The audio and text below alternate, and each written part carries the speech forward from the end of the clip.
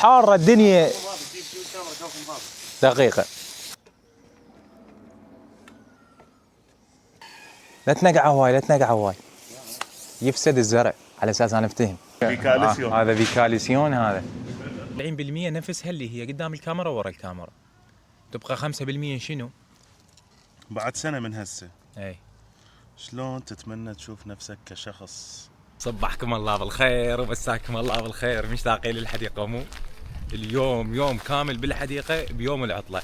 تدرون انا اشتغل 6 ايام بالاسبوع، فاليوم عطلتي. بما ان اليوم عطلتي راح اسوي لكم روتين كامل بيوم العطلة. شنو اسوي؟ اول شغله اريد اكمل شغل الحديقة، اريد اروح اقص الثيل، فلازم اروح اشتري لي ماكينة او مو اشتريها، راح اجر ماكينة حتى نقص الثيل. وراح يجيني بدران خابرني، قلت له بدران تراني الحديقة من يوصل علي دا ازرع وارجع لي ورا وكل شيء بدا يطلع لي. الرجال دق صدره قال لي حميزه اني جايك. فاليوم راح يجيني بدران وراح نعيش اجواء ريفيه تخبل نفس كل مره. لا تنسون تشتركون بالقناه اذا ما مشتركين، وتحطوا لي لايك وتعليق حلو مرتب مثل وجوهكم حتى تنزل فيديوهاتي كل يوم جمعه الساعه 12 الظهر بتوقيت العراق. بلش هذا الفيديو.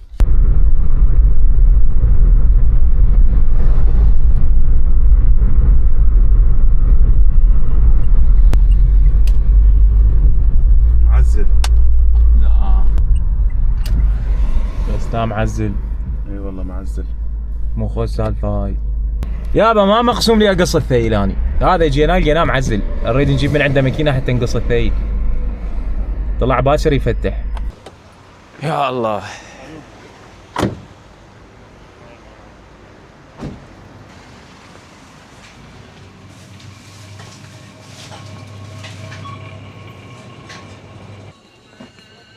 تصور ايه. الكاميرا المخفية.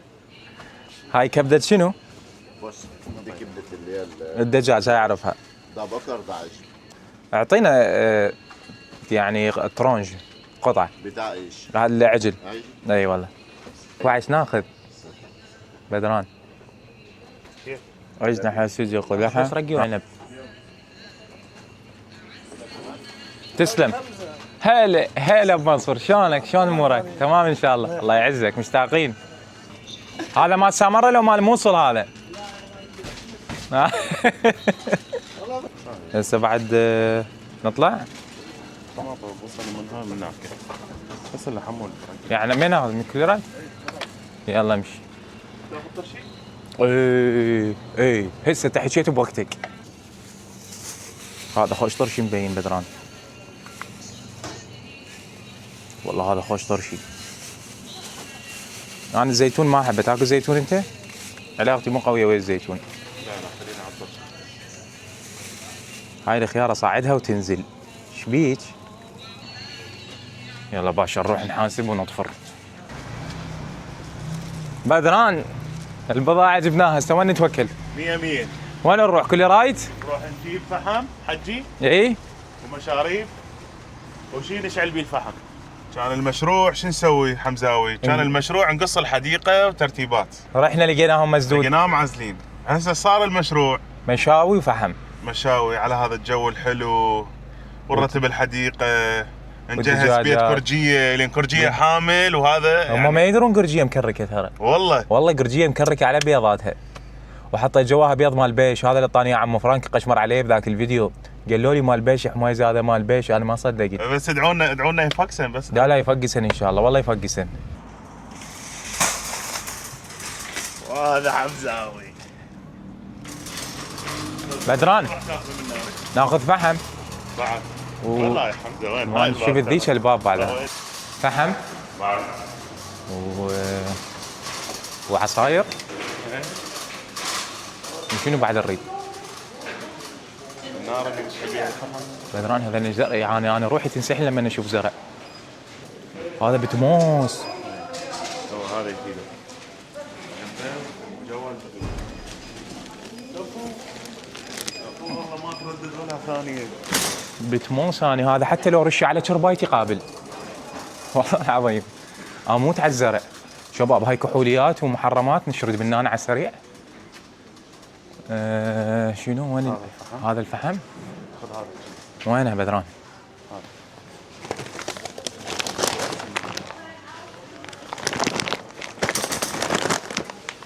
بعد هذين اللي يشعل بيهن شلون النفط وينه؟ هلا بدران، كله لقطات وحركات بدران، بنتفليكس ماكو هيك لقطات. بدران يراد لي شامبو ما عندي. اوفى بعدين. الحديقة أهم من راسي.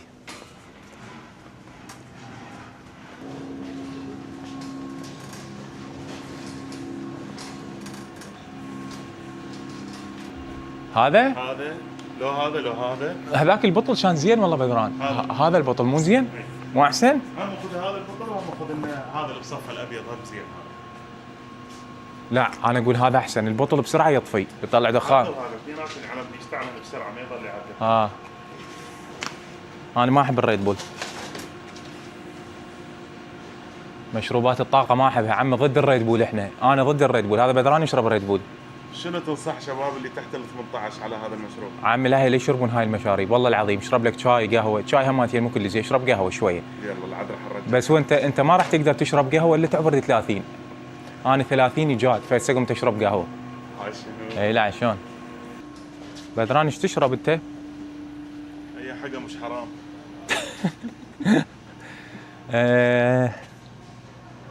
فانتا جينا لي قدام اعتقد المشاريب احسن ناخذ سبرايت.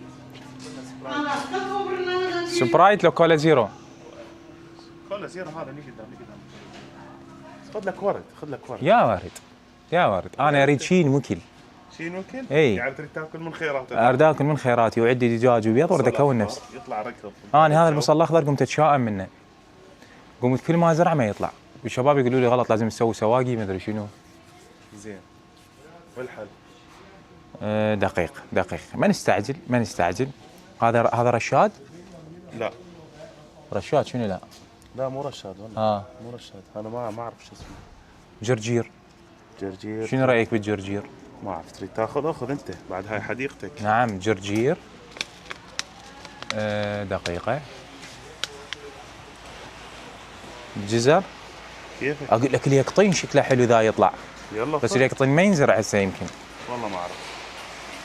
خذ طماطة تطلع ركض بهالحر. هاي هم طماطم. وبصل اخضر لا تهجن. نجيب البصل الاخضر. بصل وطماطة وجرجير. هذا من رحت هذا من رحت البتموس راح يطلع بسرعة. والله. يلا ان شاء الله.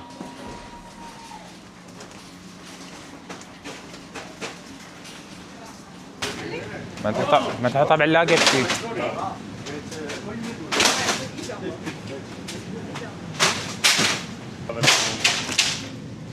بعد شنو؟ جبت فجل. هذا شو اسمه؟ افوكادو. ايش بيه هذا؟ كالسيون بيه. هذا بيه كالسيون. هذا بيه كالسيون هذا. خلينا نحاسب ونطلع وراها نرجع للبيت.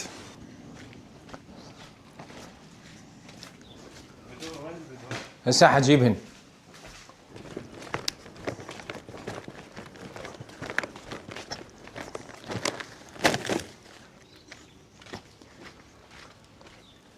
مستعجل حميزه مستعجل. سحبت ها هي كافي. ها هاي يا بدران. الامور طيبه حجي، الامور طيبه. جيب اقول لك هذا البتموس ارشه هسه. هيوي ارشها مو؟ خاف غلط يقول لك ما يصير ترشي قاع بالبدايه. ها احنا بدنا نجرب حبايب، احنا ترى مو فلاحين ولا مزارعين. اي والله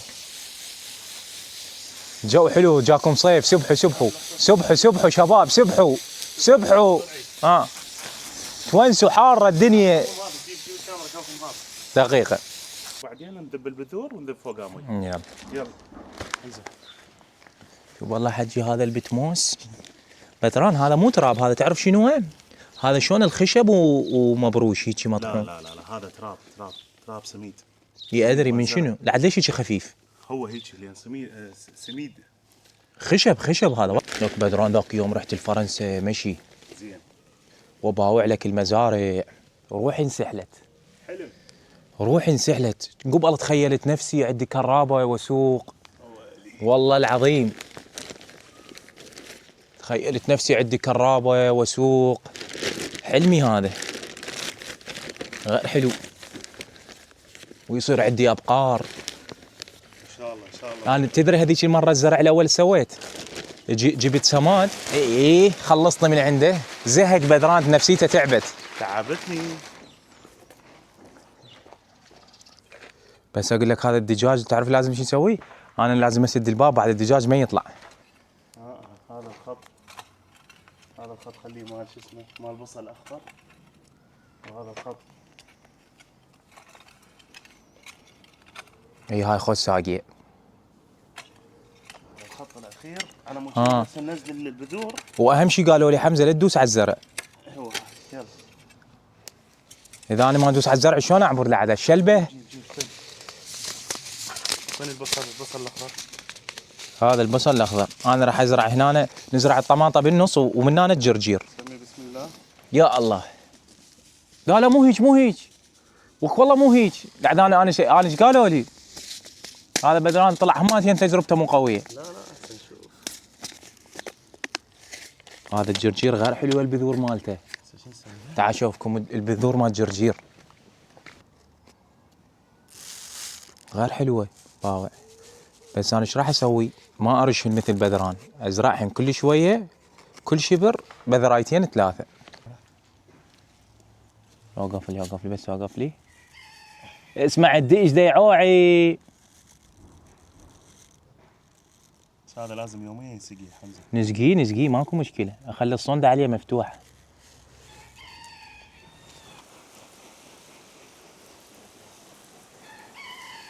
لا تنقع هواي يفسد الزرع على اساس انا افتهم. لا هسه الامور طيبه. هذا بتموس وزرعناه تقريبا هالغمج. ذيك مره قلتوا لي حمزه صار غميج كلش هذا بس يعوعي. هذا قام يطلع سفاعيته لما انا اروح اجي هفك. فهسه هاي الوضعيه صارت هلو. حياتي. هسه احنا شو نسوي؟ راح احضر امور الشوي. لازم بعد. عيني يعني حكمة الصلاة بعد ما يصير. خلي نشغل الفحم والمنقله وراها نضبط لنا القعده هنا نتخبل على الشمويسه. شو اسمه؟ ارتب الحديقه هناك. اي رتب البيت مال الدجاج.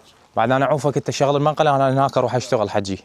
اجي هنا اشتغل وقرجيه تشرد تعوف البيضات.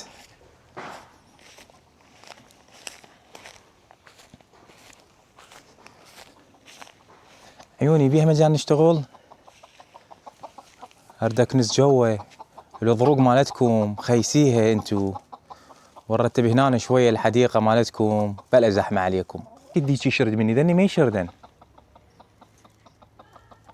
هسه هذيك الدجاجه اسمها قرجيه والديك اسمها تشوقي. هذني بعدني ما مسميهن، شنو تقترحون اسميهن؟ واليوم طبعا راح ارتب هاي الوضعيه كلها لازم نرتبها. بس تعالوا اشوفكم قرجيه تعالوا. قرجيه فدوى ظل نايمه على البيضات. يا عيوني نريد كتاكيت، المتابعين منتظرين كتاكيتك. شلون نايمه؟ هاي البيضه طالعه طببيها. لا تصفنين عليه، البيضه مالتك طالعه هاي تفسد.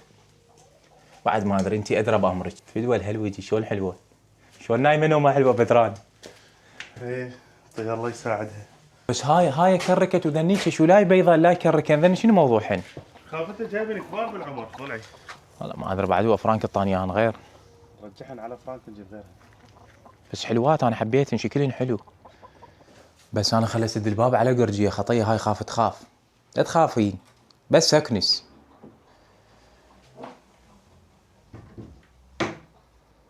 ايه بس ارد اكنس حتى وراها اطلع ارتب الحديقه. بس غير مخيسيها غير مجيفاتها الدجاج الحكي بيناتنا.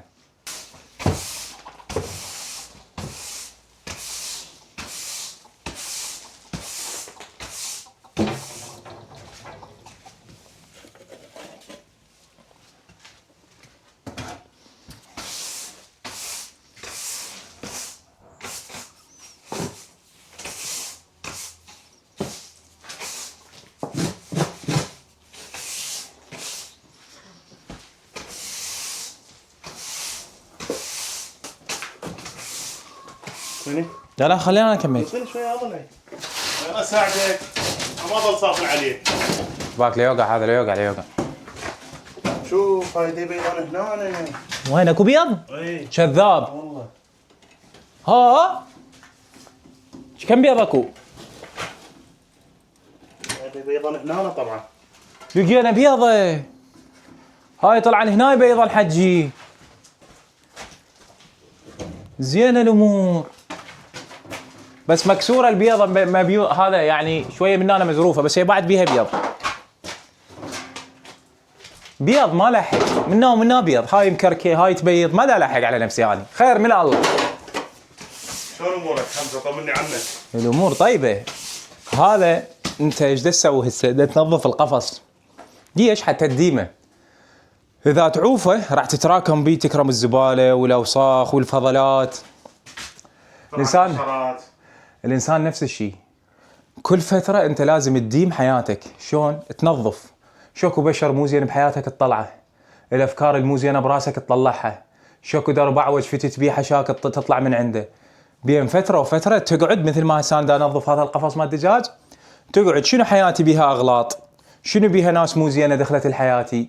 اصدقاء سوء، افكار انا سويتها غلط، درب اعوج مشيت بيه وبعدني انا ماشي بيه. اقعد الزم حياتي بهاي المكناسه انظف. ووراها هم راح ترجع تتراكم بيها اوساخ. كل فتره لازم انت تقعد تنظف. صح، لان اذا راح يتراكم بعد ما تقدر تنظف. هذا اذا عوفه سنه راح يصير لك هالقده اوساخ بعد ما تطلع. حتى لو تكرب ما يطلع الاوساخ. بس كل فتره وفتره تقعد تنظف تسيطر على الوضع.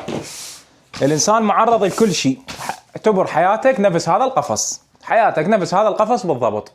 وتتركها بيها حشرات واوساخ واصدقاء سوء وافكار تعبانه وكل شيء. لما تجي ورا 20 سنه تريد تنظف صعب. بس لما كل شهر او كل اسبوعين تنظف وتبقى مسيطر على الوضع. وصلت؟ ان شاء الله وصلت.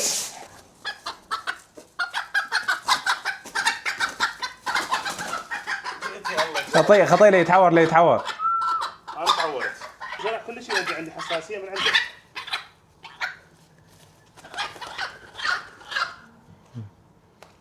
يلا سلم على الكاميرا من قريب. بالقوه لزمه. موتني.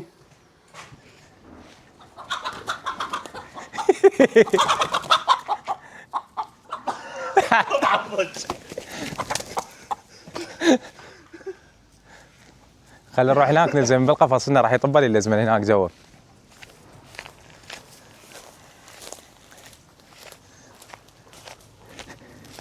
هي جت بالزرع. حساسيه من هذا الزرع بس اطخها. هو هذا الزرع اصلا. هاي الزمها هاي لزمت. وين رايح؟ صدق كذاب زينه مخشنه على دجاجه تعالي. الدجاجه الثانيه هم طبت هنا؟ لا برا.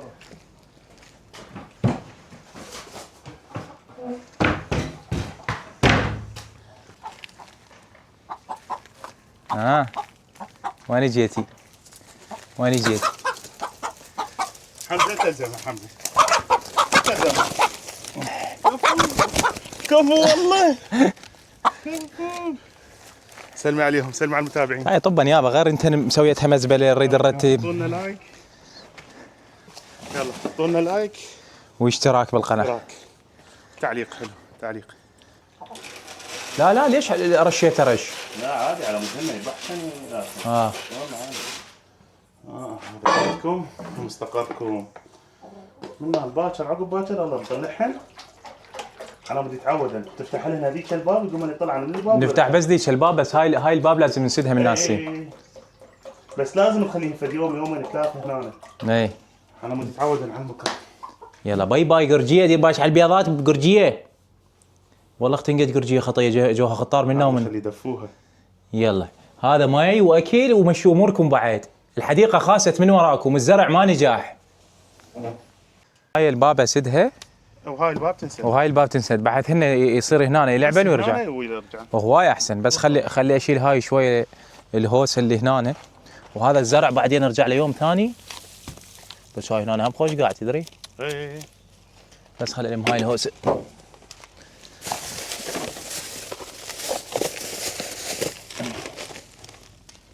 انا الحياه باوروبا ترى كلها ركض بركض. فواحد شي يسوي؟ يلتهي بحياته بشغله ببيته يطلع له طلعه مره بالاسبوع كلش كافي. فعلا تشوفوني ملتهي دجاج زرع ما ادري شنو، مركز على حياتي وشغلي، بس ما عندنا وقت والله العظيم. بس انا مستمتع شباب، الوضعيه تالفه، مو مال اشيل الزرع اليوم، احكي لكم الصدق وانا جوعان. خلينا نروح نكمل مشاوينا، بس خلي اشيل هاي الهوسه اللي هنا. هاي خلي اسد هاي الباب حتى الدجاجات بعد ما تطلع.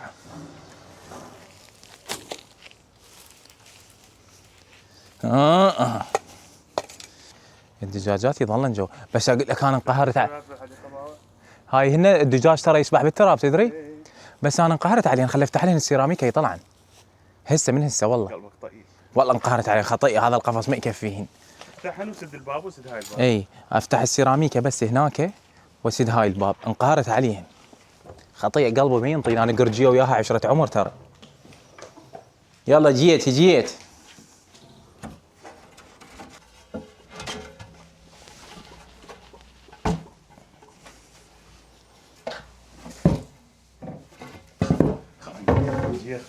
خانقيه خطيه. هي اطلع بسرعه، اطلع لي طلعن.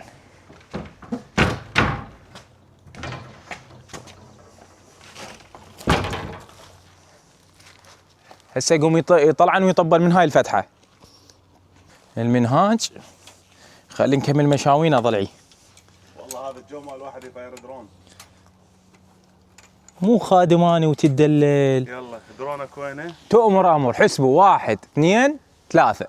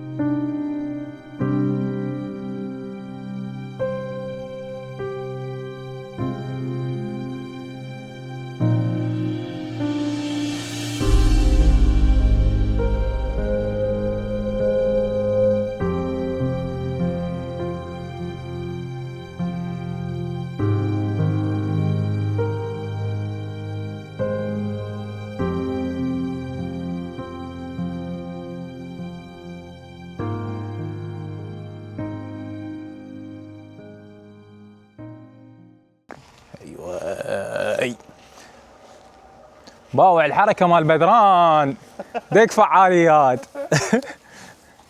شايلي منقله بالكرك دير بالك. عمو باع فنيات بدران.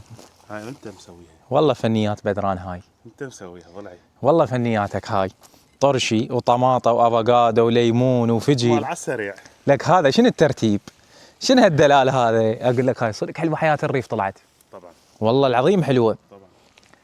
طبعا ضبطنا القعده انا وبدران، الزلاطه جاهزه، المنقله جاهزه، بعد نروح نجيب الشغلات اللي راح نشويهن. جبنا اجنحه وكبده وسوالف مرتبه. والله العظيم بدران انت نادر. شباب كتبوا البدران انت هم نادر، مو بس حميزه نادر.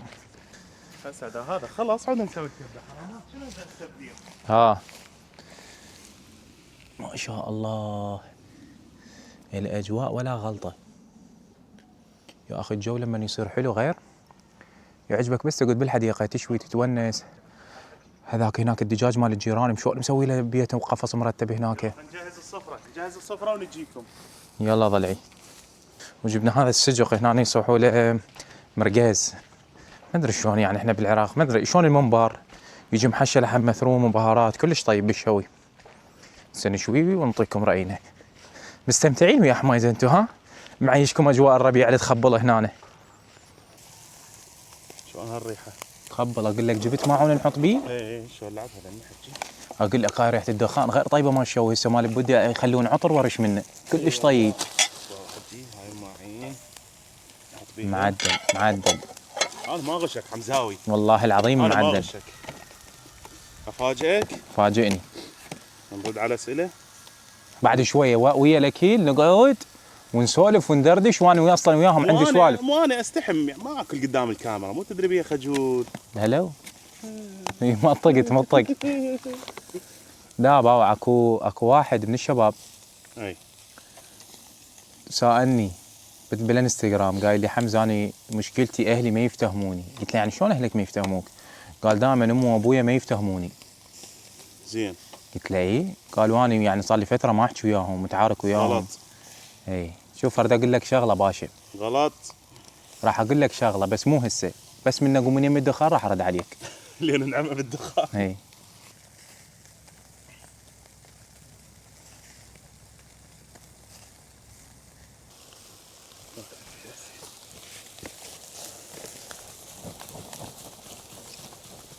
شوي بدران بس خلي اجي هنا، انا ما مسيطر ترى، انا خاف انشبح على المنقل النوم.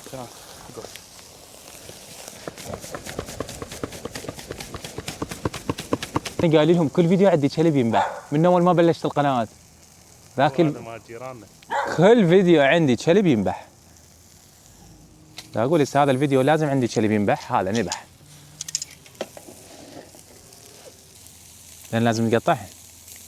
هذا يخبل السجق. لا حلو هذا الفحم يخبل، هذا احلى شو. هيك حكي. يلا باشا خلينا نعطيكم التحديثات. هاي الوجبه جهزت والزلاطه، بعد بدران راح يصعد الوجبه الثانيه. خلي ناكل هنا ونستمتع بعد. الامور كلش طيبه. يا بقول بسم الله. قلت بسم الله، والله قلت ما بسم سمعتك. والله قلت بسم قولها الله. مرة ثانية. بسم الله. يلا بسم الله. هذا الشوي هاك يعني هاك. بسم الله الرحمن الرحيم. هذا لا يخبل هسه شلون؟ والله معدل. حمزة منو راح يقوم يحول هذني؟ هسه نصح واحد من الجيران. لا لا عوفن عوفن ترى بعد ايش توك ذبيتني انت، عوفن بدران. هذاك واحد هو سألني على الانستغرام، قلت لكم قبل شويه. قال لي حمزه اني اهلي ما يفهموني. قلت له يعني من هم اهلك؟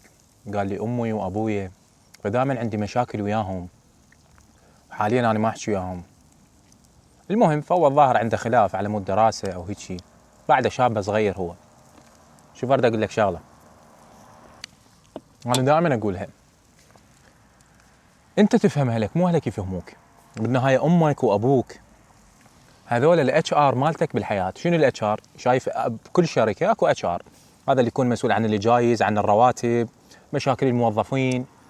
الاتش ار مالتك مال الحياه بامر من رب العالمين هم امك وابوك. اذا تريد تعيش مرتاح، باب الرزق ينفتح لك، تكون سعيد، ما عندك مشاكل، ما تنسد الدنيا بوجهك، امك وابوك لازم راضين عليك، اللي هم الاتش ار مال حياتك. مال انت تجي تريد اهلك يفهموك، هذه وين لاقيها؟ ترى امك وابوك اللي هم حاله حال امي وابويا والعراقيين بصوره عامه، ترى عاشوا ضيم انت ما شايفه. انت مجرب تكون اب عندك مثلا جهال 2 أو 3 جهال 4 ومعيشهم بالحصار. انت مجرب تكون عبايتها مقلوبه، لونها مقلوب صاير احمر من الشمس، وتريد بس تجيب لهم ملابس تجهالها، تريد بس تدبر لهم الغداء. انت اذا تاخذ لك فره بدماغ لابوك او لامك راح تشوف مشاكل وبلاوي زرقاء. انت تريد تجيني هسه قاعد مرتاح تقلب بالانستغرام بالله شنو اهلي ما يفهموني؟ هم ايش رايدين من عندك امك ولا ابوك؟ هم رايدين من عندك تكون افضل واحد بالدنيا. يجوز ما راح تقدر تكون افضل واحد بالدنيا صحيح، بين لهم وحاول انت راح تكون افضل واحد بالدنيا. هم هذا الرايدين من عندك. اما انت لا والله اني ما يفتهموني ذولا، اني هذولا امي وابويا ما اريدهم، راح تنسد الدنيا بوجهك سده. بيبان الرزق مو بس تنسد، الشرشوبه تنشال ويبنوها بلوكات. الله ما يرضى عليك، هذا مو كلامي، كلام رب العالمين بالقرآن. امك وابوك اذا ما راضين عليك انت بالدنيا ما راح تتوفق، والله العظيم ما راح تتوفق. ولذلك اقول لك انت اذا تريد تعيش مرتاح وسعيد وباب الرزق ينفتح لك، خلي امك وابوك راضين عليك. انت تحتويهم، انت تفتهمهم. انت عمرك 18 19 سنه، تعال انا اريد ابويا يفتهمني. انت ما جاي تفهم، انت تحتوي باشا. والله شنو مو ابويا ما يفهموني، ما تسد لحلقك. هذا كله السوشيال ميديا حجي والمظاهر الخداعة. هذا يشوف شاب بعمره راكب له سيارة اخر موديل وما ادري شنو، ما يدري هي ايجار. يقول لك انا هسه حتى لو فلنفرض مو ايجار، انت تدري ابوك شلون يفكر؟ زين انت تدري ابوك شلون عانى بشبابه؟ انت تدري شلون عانى حتى يكبرك؟ ما تدري. اقعد فد يوم انت وابوك على انفراد وشوف الهم وضيم الدنيا اللي شايله على راسه. واحتويه، خلي يرضى عليك، خلي الله يوفقك. اقول لك تدري ايش ناقصنا؟ قول. مبرده. تسمع صوت السربش، تاكل رقي ورايد غسيلك وتنام. والله العظيم مبرده غير حلوه. والله العظيم مبرده هسه، وشويه صوت التلفزيون مشتغل، صوت الاخبار. زين تنام على صوت السبلت؟ لا انا احب المبرد اكثر. السبلت ما بي صوت. قديم. هذا مو صوت المروحه مالته، بس صوت المبرده بعد احلى. هذا شربه شك شك شك شك شك. كان من تنام وتنسى تحط لها وبعدين ايه تقوم تتيبس. تتيبس. إيه. تقعد ميبس من النوم. بس حلوه المبرده بدران. اي والله حلو. اصلا هسه هذا الرقه اصلا يذكرني بالمبرده، راح يجي الصيف هسه بالعراق وإيش بعد له شهر. رقي وخبز. اي وراها تتغطى بعبات امك وتنام. الا تخبل. اي بعد. هسه انا منين اجيب عبات امي؟ يما دزي لي عباتك. حمزه شاي عليك؟ ها؟ شاي عليك؟ انا بعد ما أبدأ. تقرا لي واروح انام والاجواء والمبرده هاي كلها اعوفها. كلها ما تفيدك. اقول لك واحد من ياكل ليش يثقل؟ ها؟ يثقل. يثقل من واحد ياكل يثقل. ما اعرف والله. والله سان رجليه بادن، احس عندي مفاصل يمه. لا هسه اقوم اجيب القوري واسوي لك شاي مهيل اللي يخبل. السوالف ما تحلى الا ويا شاي. انتظروا التقييم مالتي، ما راح اغشكم. لا راح اسوي لك شاي معتبر مو هيك. هذا قوري شاي، خليه يفور المي. راح اسوي لك شاي بدران ايه بحياتك ما شارب هيك شاي. والله. لا والله عمي هذا الشاي المعدل هذا. ايه خليت لك الهيل يفور ويا المي. تعال شوي. هذا الشاي ثخين. هو ثخين، اذا ما يصير دبس ما يسمى شاي.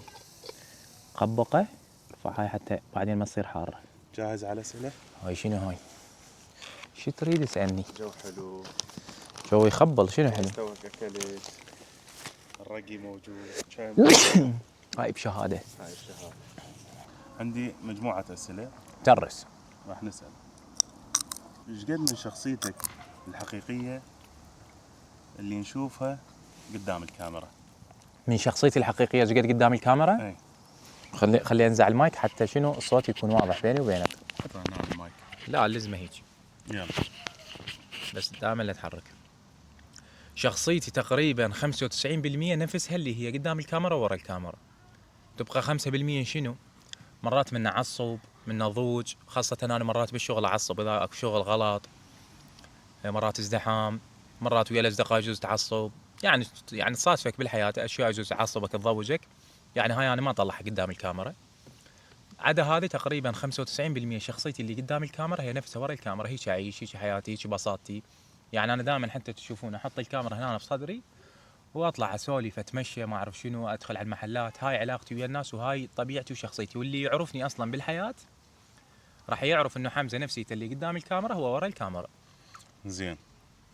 شنو اللي تتمناه؟ علي صوتك. شنو اللي تتمناه انه يوصل للمشاهدين اللي دا يشوفوك والمتابعين مالتك، بس دا تلاقي بيه صعوبة يوصل لهم؟ يعني هو ما دا الاقي صعوبه، بس دا احاول قدر المستطاع اشرحه. يعني الناس اللي تتابعني اكو هواي فئات واتشرف فيهم، بس الغالبيه اللي دا يتابعوني هم شباب صغار تقريبا من 14 سنه لحد 26 27 سنه. هاي الفئه هواي تتابعني. اللي اريد اقوله السوشيال ميديا دائما اقولها مو كل شيء تشوفوه هو صحيح. المظاهر والملابس والكشخه يعني هاي الشخصيات اللي تطلع لكم بالحياه انه ما بيها ولا غلطه، ترى هذه فيك مو صحيح. هاي نقطه. والنقطه الثانيه دائما خليك على طبيعتك. يعني دائما انا تشوفوني اريد اكون على طبيعتي، ما اريد اكون متصنع. ليش؟ لان انت اذا راح تكون متصنع راح يجي من يوم من الايام راح تتعب من هذا الكذب. هو اصعب شيء بالحياه لما انت تقعد تكذب على نفسك، تعيش دور وشخصيه مو شخصيتك. فاللي اريد اوصله انه دائما تكون على طبيعتك، على شخصيتك، على عاداتك وقيمك ومبادئك اللي اهلك ربوك عليها. لا تنسلخ من عندها، لا تغير نفسك، سواء تغيرت مكانك، سافرت، هاجرت، طلعت، تعينت، اخذت شهادتك. خليك دائما متواضع وبسيط، لان رب العالمين ما يحب المتكبر ابد، ما يحب المتكبر. ولا تكون مصطنع. بس السوشيال ميديا لا تاثر تاثير سلبي على حياتك. مو كل شيء تشوفه بالسوشيال ميديا سيارات فخمه واثنين كبلات، واحد متزوج الثاني وعايشين حياته، تقول الله هذول شلون عايشين حياته. شرب ورا فتره راح تشوفهم متطلقين ومهجوم بيتهم. ليش؟ لان حياتهم كانت مبنيه على الكذب. فمو كل شيء تشوفوه بالسوشيال ميديا تصدقوه. دائما انا اقول دائما اذا انت يصير عندك ضغط نفسي مثلا من التعليقات او الضوج من التعليقات السلبيه يعني، ايه شلون تتعامل ويا هذا الشيء من يشوف اكو عالم مثلا معلقت لك تعليق سلبي؟ تدري بدران والله العظيم ماكو تعليقات سلبيه، الحمد لله والشكر. يعني الفيديو لما انشره ادخل انا تعليقاتكم كلها اقراها، والله العظيم تعليقات سلبيه ماكو، الحمد لله والشكر. بس يعني يجوز، شو اقول لك، يجوز 1%، والله حتى اقل من 1%. لما القى مثلا تعليق سلبي او متجاوز، يعني عادي بس امسح التعليق واعوفه. شرد اسوي بالنهايه؟ انت لما تبدي تنشر حياتك او محتوى على السوشيال ميديا انت لازم تتحمل كل شيء. اكو واحد ما يعجبه محتواك، اكو واحد ما يعجبه شخصيتك، اكو واحد يضوج، اكو واحد متنرفز وده يشوف الفيديو، فعادي انا اتحمله. شو تسوي له؟ تمسح التعليق وخلاص. هاي يعني ما انطي طاقه واقعد وهذا ليش سوى واقعد افكر ابد. بعد سنه من هسه اي شلون تتمنى تشوف نفسك كشخص او يوتيوبر او صانع محتوى؟ شلون تتمنى تشوف نفسك؟ يعني هسه انت زين، تخيل نفسك بعد سنه، شلون تحب تشوف نفسك؟ ابقى نفس ما اني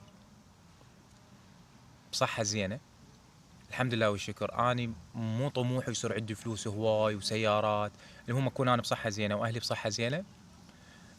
قناتي احبها بعد تكبر وتتطور، لان انا كلش احب التصوير واليوتيوب وبس. يعني اني اذا ابقى ثابت على هذا المستوى مدى حياتي، الحمد لله والشكر.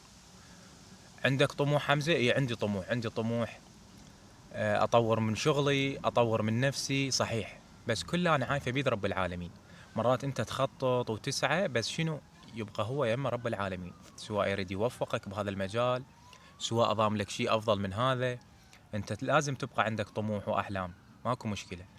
بس يعني مال اني اخطط اقول بعد سنه لازم عندي فلان سياره، او بعد سنه لازم عندي فلان بيت، لا انا ما عندي هذا الشيء.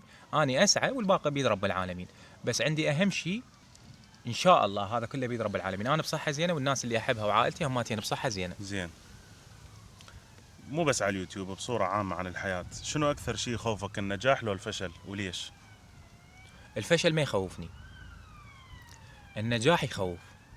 ليش؟ انا اقول لك الفشل، الانسان ما يتعلم الا من يغلط.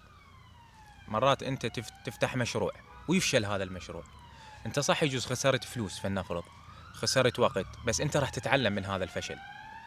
الفشل هو بداية خطوة جديدة للنجاح. النجاح ليش يخوف؟ مرات من تنجح ياخذك الغرور، واخطر شيء على الانسان هو الغرور. سواء تنجح بعمل، تنجح بمجال اليوتيوب، تنجح بتخرجك من كلية مرموقة. هنا من ينجح الانسان باي جزء من جزئيات الحياة راح يعتقد انه هو خلص ختم الحياة وقفل كل شيء وهو صار احسن بشر بالدنيا. فلذلك انا من انجح باي مسألة معينة دائما اتذكر اقول ترى كل شيء بيد رب العالمين، مثل ما رب العالمين انطاني رب العالمين يقدر ياخذ مني. النجاح يخوف لان العقل البشري هو بصورة عامة الانسان من يوصل مرحلة نجح بيها كلش ينغر، واني كلش اخاف من الغرور. النجاح انا يخوفني اكثر من الفشل. هسه حتى اليوتيوب مرات فيديوهاتي من دا تنجح اني نقول الحمد لله والشكر، بس دائما شنو اظل على طبيعتي، اظل على مستواي، اظل على هاي البساطه اللي انا دا اسولف ويا المشاهدين ويا المتابعين. ابد ما انغر لو شخصيتي تتغير ابدا. ودائما اقول لهم اذا في يوم من الايام بعد سنوات مثلا شفتوني قناتي كبرت ونجحت بالحياه وكذا، شفتوا شخصيتي تغيرت وصرت افيك ونعثل وما اعرف شنو، كلكم سووا لي بلوك، كلكم. زين، اكو هواي شباب عندهم افكار وعندهم طموح ويعجبهم يفتحون قناه مثلا، ايه اللي متخوف ومتردد وهو عنده افكار وممكن يطلع من عنده محتوى حلو، ايه شنو تقول له؟ اقول له هو الخوف اكبر حاجز بينك وبين احلامك وطموحاتك. هو الخوف من يجي؟ يجي من راي الناس بيك. بالنهايه انت اذا راح تهتم لهذا الموضوع انه انا خاف اصور فلان فيديو، بس انت اذا كان عندك محتوى نظيف وعندك رساله تريد توصلها. حاليا السوشيال ميديا والانستغرام والتيك توك وهذه البرامج صارت الناس تقدر تنزل محتوى بثواني بدقائق. اذا تخلي راي الناس بيك انه خاف ينتقدوني، خاف يقولون فلان شغله، وهو كان محتوى هادف ونظيف، فانت هنا راح تقتل طموحك وراح تقتل احلامك بحياتك. لا تتوقع انت راح تبدي بدايه راح تكون انطلاقه مخيفه، لا، الدرج ينصعد بايه بايه. انت تبدي اليوم تبلش فيديو، يجوز الصوت ما مضبط، يجوز بعدك مستحي مرتبك كذا، بمرور الايام راح تشوف نفسك بديت تتطور. ابدي اليوم، ووعد يعني اذا بديت اليوم بعد سنه راح تشوف نفسك الفيديو اللي صورته قبل سنه مو نفس الفيديو اللي صورته هسه، يعني بديت تتطور وبديت تتعلم على الكاميرا. ابدي، بس اهم شيء لازم تكون عندك اول شغله خليك على طبيعتك، ثاني شغله ابدي باي كاميرا او اي ادوات بسيطه عندك وخليك على طبيعتك، ولا تسوي شيء انت بعدين تتندم عليه. ترى هذا كله تاريخ، هذا اللي تصوره اني لما اصور اني وغيري وفيديو ينشر على السوشيال ميديا راح يبقى مسجل باسمك بعد سنوات. لا تتندم على اشياء تقول انا ايش قد فشله هيك سويت. دير بالك، بس ابدي. اذا انت تحب التصوير على الميديا على اليوتيوب بلش وتوكل على الله، ابد لا تستحي. شنو اكثر فكره عندك خايف تنشرها لكن بنفس الوقت انت مآمن بيها، مآمن تقول انا هاي الفكره اذا صورتها يعني خلص راح توصل، بس بنفس الوقت متردد تنشرها؟ فكره فيديو او فد موضوع معين تطرقه للعالم وتحكي بيه. ما جاوب. لان هي اصلا انت ما تريد لو تقدر تحكيها كان صورتها. لا ما أقدر. بس تلميحات خفيفه ممكن يعني على مود يشجعوك يقولوا لك لا والله انت صح انشرها. العنصريه اللي بالعراق، احنا عندنا عنصريه بالعراق قويه. انا عشت بالعراق حتى هاي قبل مو فتره طويله، قبل سنه شفت عنصريه عندنا بالعراق واصله مرحله مو طبيعيه. بدران مثلا ابن الجنوب اذا يجي يشتغل ببغداد او يدرس ببغداد راح يسمع كلام مو طبيعي، محافظات، متخلف، همجي. خما هذا اللي يجي مثلا واحد يجي من الهور، يجي من الناصريه، يجي من السماوه، يجي كل يدرس العالم خير وبركه. هذا يجي يدرس صحيح. اذا يجي يدرس بالعراق او العفو يدرس ببغداد راح يسمع اشكال الكلام. اكو محافظه قريبه على البصره ما اريد اذكر اسمها، اهل البصره ما يزوجون بناتهم الهم، يقولون ذولا حشاهم يعني معدان متخلفين. ومع العلم هو المعيدي بالريف، يعني كل احنا معدان، انا معيدي افتخر انا معيدي. ابن الغربيه اذا ينتقل لغير محافظه البغداد راح يسمع كلام بدوي عايش عتشمه، اشكال السوالف. اكو الان مرات ادخل بالفيسبوك بالانستغرام اشوف تعليقات طائفيه. يعني انت فكرتك انه أنا تريد تستهدف هذا الموضوع وتنقده نقد بناء، هذا اللي تقصده، لكن خايف متردد من هذا الشيء لان راح اتهاجم هواي. لان انت صعب ترضي كل الاطراف، بس حاليا احنا عندنا العنصريه واصله بالعراق ليفل كلش عالي، مناطقيه، فلان منطقه تنتقد فلان منطقه، فلان طائفه تنتقد فلان طائفه، عقائديه صح. يعني عندنا عنصريه بالعراق وصلت مستوى كلش مخيف، كلش مخيف. مرات يسالوني يقولوا لي اكو عنصريه باوروبا؟ هو غير احنا رب العنصريه، رب العنصريه احلى. اللي دا اقوله اني غلط؟ لا. انت ابن بغداد، اللي يجي من غير بغداد شو يصحوا له؟ محافظات ما يصحوا، ويقولون عليه شروقي ويقولون عليه معيدي ويقولون عليه اشكال. مع الاسف والله مع الاسف هذه ترى كلها تسمى عنصريه. وانا ما المفروض يعني اولاد بلد واحد ما اريد افوت بهذا المجال وما اريد احكي بيه لان بيه سوالف. الوصله شنو الفكره وصلت. انا حكيت هي الفكره وصلت. هي. احنا راح ننتظر من عندهم نشوف شنو رايهم بهذا الموضوع. شباب لهنا انا لازم انهي هذا الفيديو. رجله من الشنجه بدران. انا متعلم على التربيع. المهم شباب اتمنى هذا الفيديو عجبكم وتونستوا وياي وغيرتوا جو. كان فيديو كلش حلو وبسيط وعفوي. نسنا والله مكانكم خالي. حبيت اشارككم يومي بيوم العطله. يعني حاولت اليوم اقص الثيل بس للاسف كان الجراج معزل، هذا لان اجر من عند المكاين. المهم انتظروني بالفيديو الجاي، عندي لكم مفاجاه كلش كلش كلش قويه، كلش قويه. المفاجاه الجايه يوم الجمعه ان شاء الله الساعه 12 الظهر توقيت العراق. على انستغرام قول لكم شنو.